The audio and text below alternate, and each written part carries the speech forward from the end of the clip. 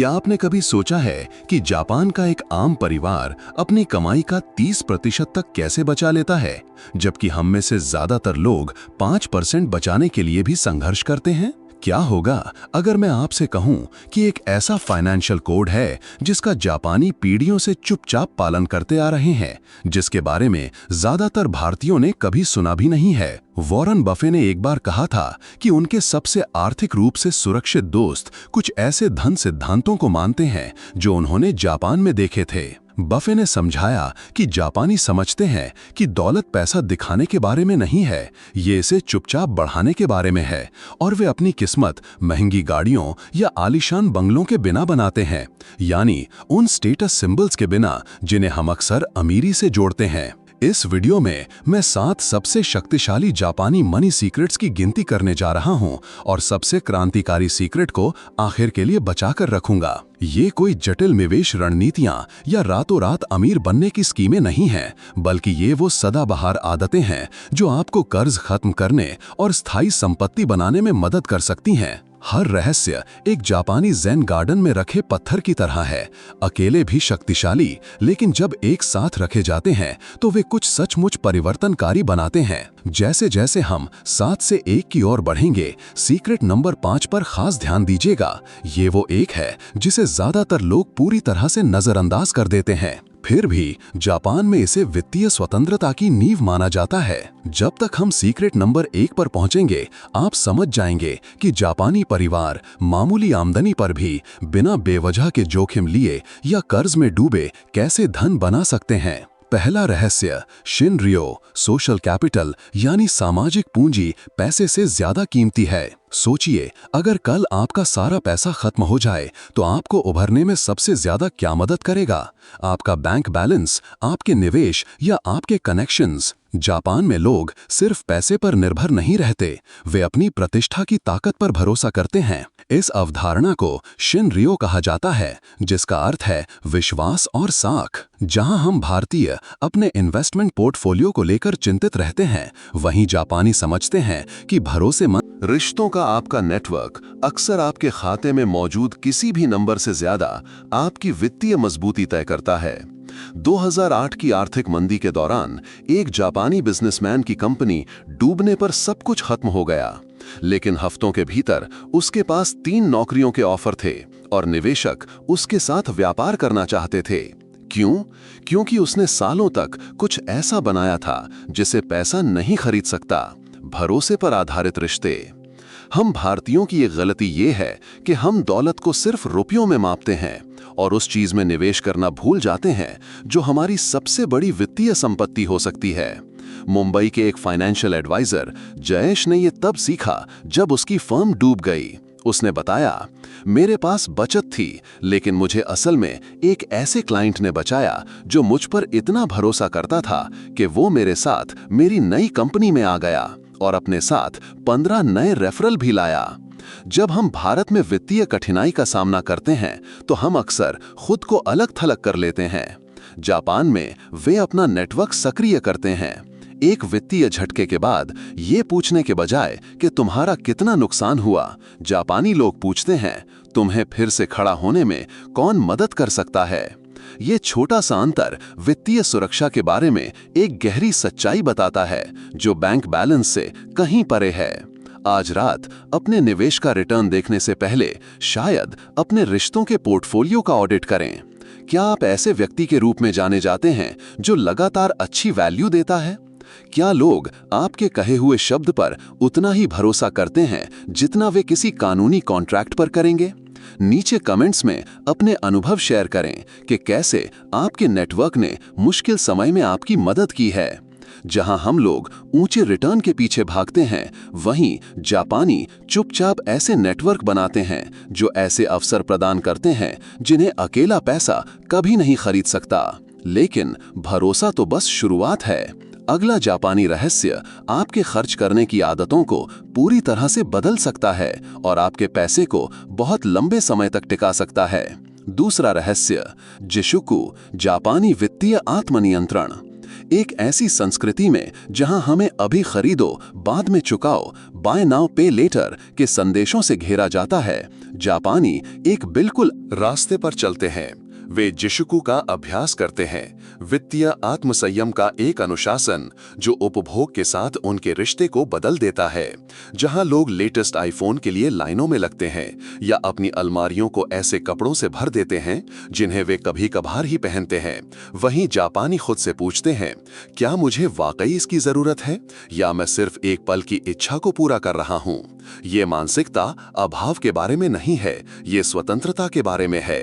कीको, एक जापानी एग्जीक्यूटिव जो कई साल भारत में काम कर चुकी है, ने मुझे बताया कि वो ये देखकर हैरान थी कि कैसे उससे 6 गुना ज्यादा कमाने वाले उसके भारतीय सहकर्मी लगातार पैसे को लेकर तनाव में रहते थे।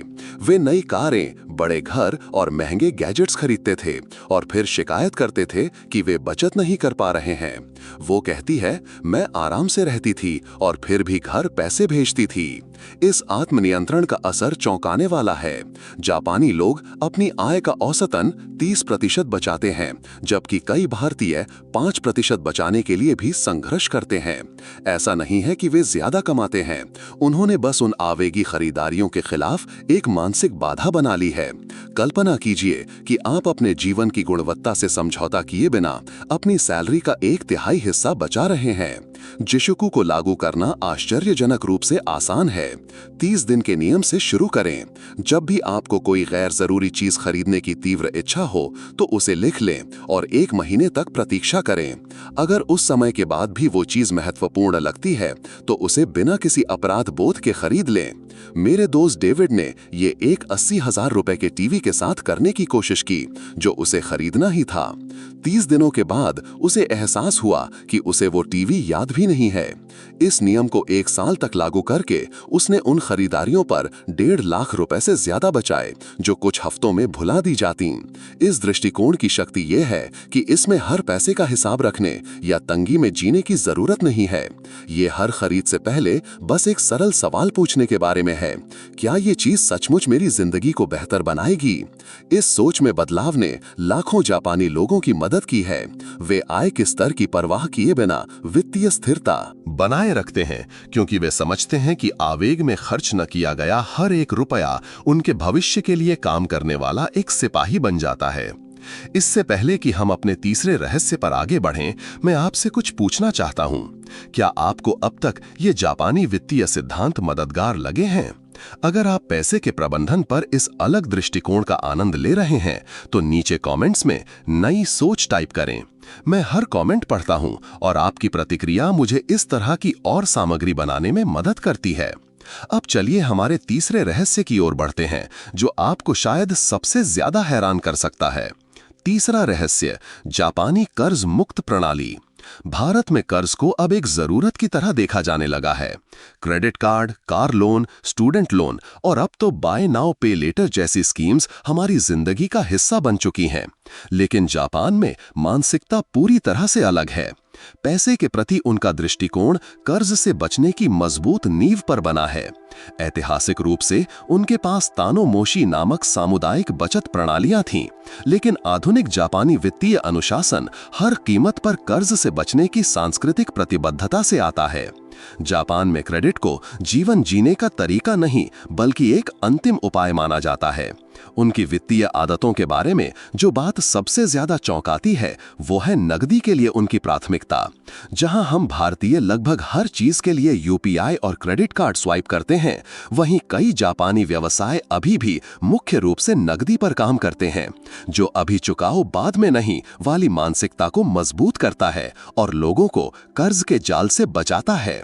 भारत में कर्ज की समस्या खतरनाक रूप से बढ़ रही है। एक औसत परिवार पर हजारों का क्रेडिट कार्ड कर्ज है जिसकी ब्याज दरें 30-40% सालाना तक पहुंच जाती हैं। इसका मतलब है कि कई लोग सालों तक उस पैसे पर सिर्फ ब्याज चुकाते रहते हैं जिसे वे बहुत पहले खर्च कर चुके हैं। हमारी संस्कृति कर्ज को सामान्य बनाती है, लेकिन जापान में लक्ष्य इसे पूरी तरह से टालना है। वे मानते हैं कि क्रेडिट पर निर्भर रहना खराब वित्तीय योजना का संकेत है। वे किश्तों या क्रेडिट कार्ड का उपयोग करने के बजाय आगे की योजना बनाना और खर्च करने से पहले बचत करना पसंद करते हैं। यही बुनियादी अंतर बताता है कि जापानी परिवारों की बैलेंस शीट आमतौर पर भारतीय परिवारों की तुलना में कहीं ज्यादा स्वस्थ क्यों होती है। मैं यहाँ एक पल के लिए रुकना चाहता हूँ। हम इन जापानी वित्तीय रहस्यों के लगभग आधे रास्ते पर हैं। मैं उत्सुक हूँ कि अब तक किस सिद्धांत ने आपको सबसे ज्यादा हैरान किया है। क्या ये शिनरियो का विश्वास निर्माण, जिशुकू का आत्मनियंत्रण या ये कर्ज से बचने की प्रणाली? नीचे कमेंट में उस एक के बारे में लिखें जिसने आपको सबसे ज्यादा प्रभावित किया। हो सकता है कि आप इनमें से कुछ सिद्धांतों का पहले से ही पालन कर रहे हों, बिना ये महसूस किए कि वे जापानी वित्तीय ज्ञान का हिस्सा थे। अब चलिए हमारे चौथे रहस्य के साथ आगे बढ़ते हैं, जो शायद वही हो सकता है जिसकी आपको जरूरत है अगर आपने वित्तीय असफलताओं का सामना किया है। चौथा रहस्य, वित्तीय किंत्सुगी, गलतियों को दौलत में बदलना।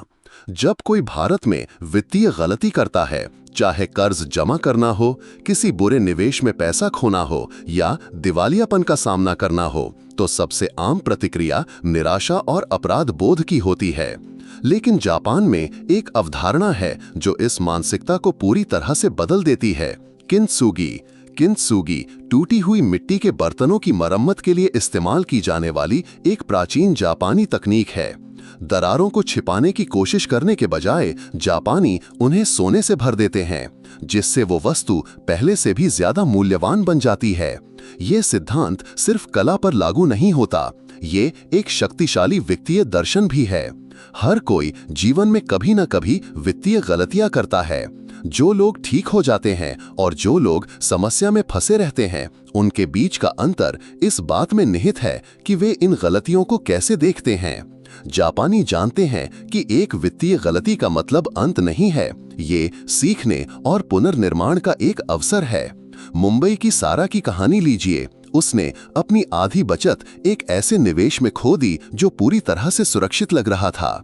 हार मानकर निवेश से पूरी तरह दूर हो जाने के बजाय, जैसा कि कई भारतीय करते हैं, उसने ठीक अध्ययन किया कि क्या गलत हुआ, निवेशों का अधिक रणनीतिक रूप से विश्लेषण करना सीखा और सालों बाद उसने अपनी संपत्ति को फिर से बनाया, इस बार कहीं ज्यादा ज्ञान के साथ। जापानी मुख्य सवाल पूछते हैं वो ये नहीं है कि मैं इस गलती को कैसे मिटा सकता हूं, बल्कि ये गलती मुझे क्या सिखा सकती है ताकि मैं इस स्थिति से मजबूत होकर बाहर निकलूं।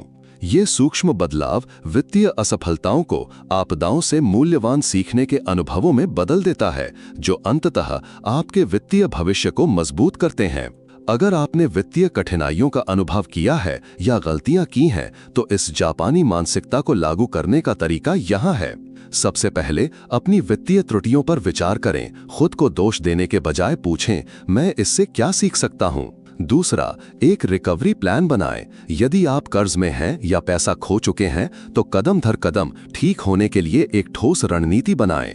अंत में अपनी सीख साझा करें। जापान में जो लोग वित्तीय कठिनाइयों से उभरते हैं, वे अक्सर दूसरों को सिखाते हैं ताकि वे वही गलतियां ना करें। वित्तीय किंत्सुगी का रहस्य ये समझना है कि आपका अतीत आपके भविष्य को परिभाषित नहीं करता, बल्कि आप उससे जो सीखते हैं वो करता है।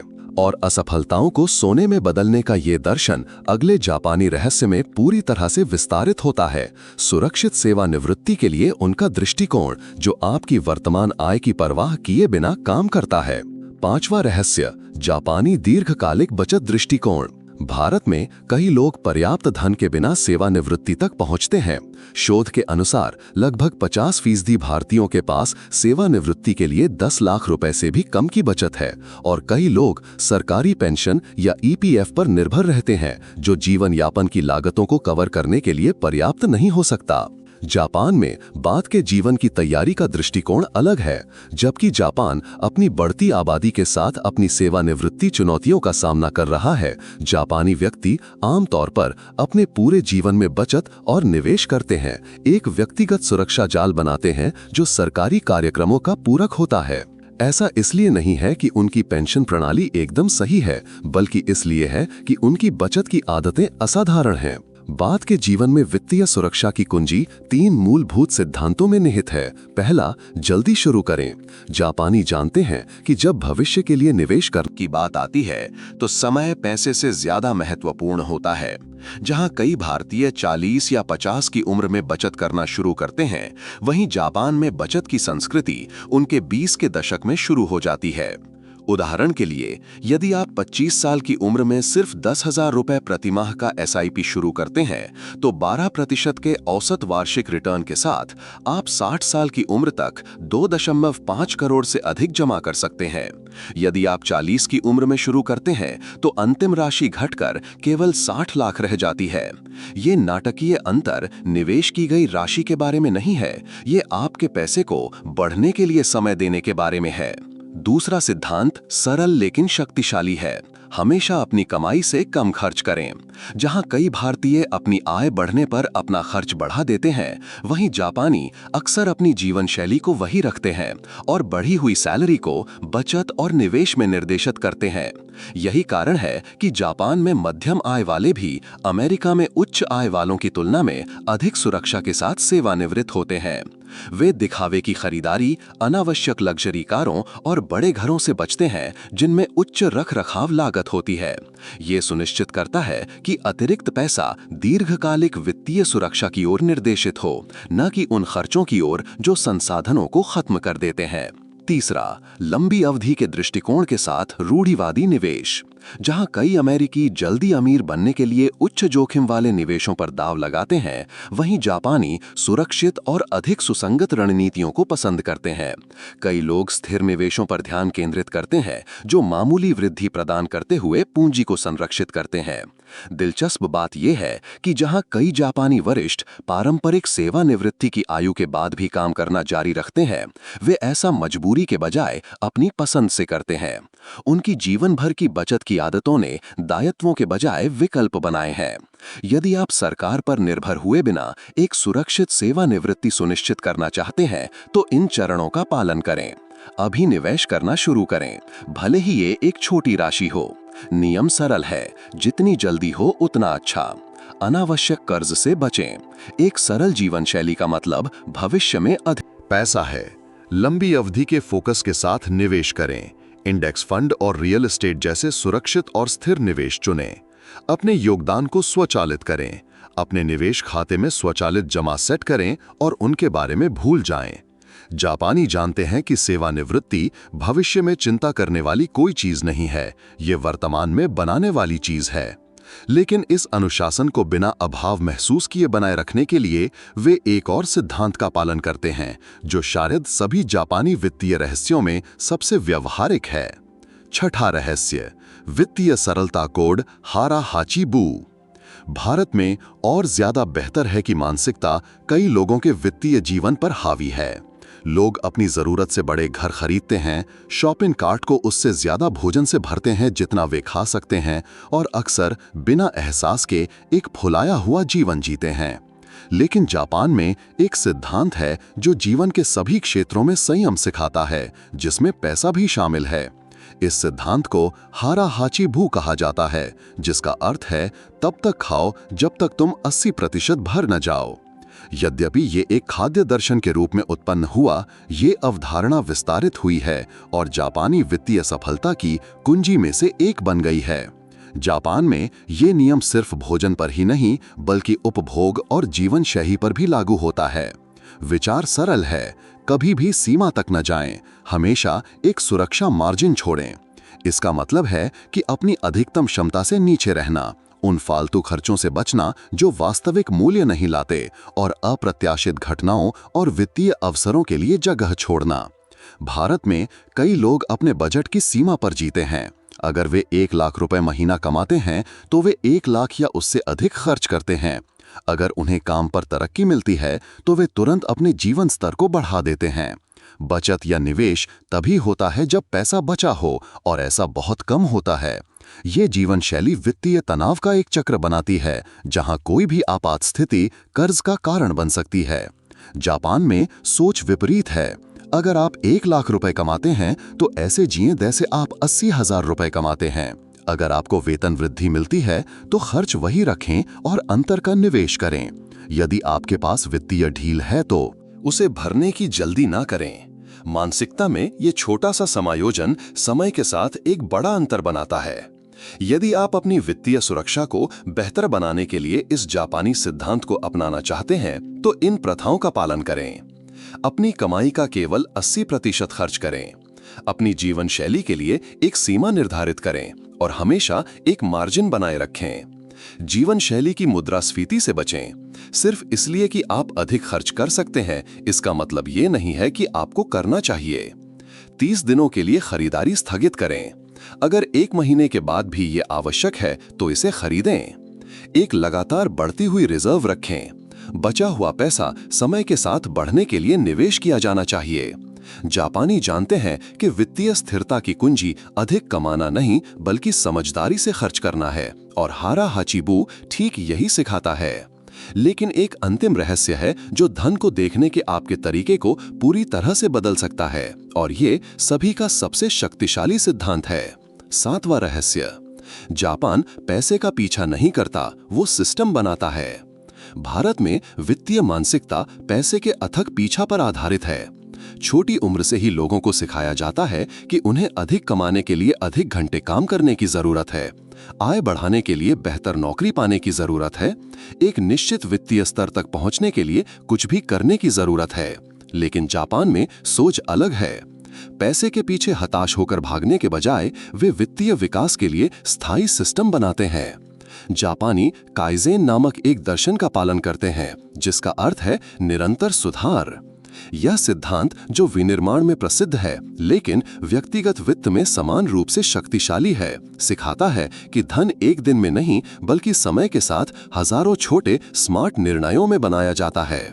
हर महीने अतिरिक्त 2,000 रुपए बचाने से लेकर हर तिमाही में अपने निवेशों की समीक्षा करने और हर हफ्ते एक अनावश्यक खर्च को खत्म करने तक, जापानी मानते हैं कि सिर्फ अधिक से अधिक काम करने के बजाय आपको ठोस और प्रामाणिक संबंध बनाने चाहिए। शिनर्यो, वित्तीय आत्मनियंत्रण विकसित करना चाहिए। जिशुकु, सुसंगत आदतें स्थापित करनी चाहिए जो समय के साथ चक्रवृद्धि होती हैं और रातों रात सफलता की तलाश करने के बजाय नियमित रूप से अपने वित्तीय सिस्टम में मामूली समायोजन करना चाहिए। ये सोच पैसे को समय के साथ सही निर्णयों का एक स्वाभाविक परिणाम बनाती है, न कि कुछ ऐसा जिसे किसी भी कीमत पर हासिल किया जाना है। भारत में कई लोग अपना पूरा जीवन केवल अधिक पैसा कमाने पर केंद्रित करते हैं। इस दृष्टिकोण के साथ समस्या ये है कि आप जितना अधिक कमाते हैं उतना ही अधिक खर्च करते हैं। जीवन शैली मुद्रास्फीति, आप जितना अधिक समय काम को समर्पित करते हैं उतना ही कम समय आपके पास निवेश और अच्छे वित्तीय निर्णयों के माध्यम से वास्तविक धन बनाने के लिए होता है। आप जितना ज्यादा पैसे के पीछे भागते हैं उतना ही कम आप उन महान अवसरों पर ध्यान देते हैं जो स्वाभाविक रूप से दिखाई देते हैं। जापान में विचार ये है कि धन केवल प्रत्यक्ष प्रयास से नहीं आता है, ये जीवन भर सही सिस्टम और विकल्पों से आता है। यदि आप बिना लगातार भाग दौड़ के धन के लिए एक स्थायी मार्ग बनाना चाहते हैं तो इन जापानी प्रथाओं का पालन करें। छोटे सुसंगत सुधारों पर ध्यान केंद्रित करें। खर्च, बचत और निवेश की आदतों में छोटे छोटे समायोजन समय के साथ बड़े परिणाम देते हैं।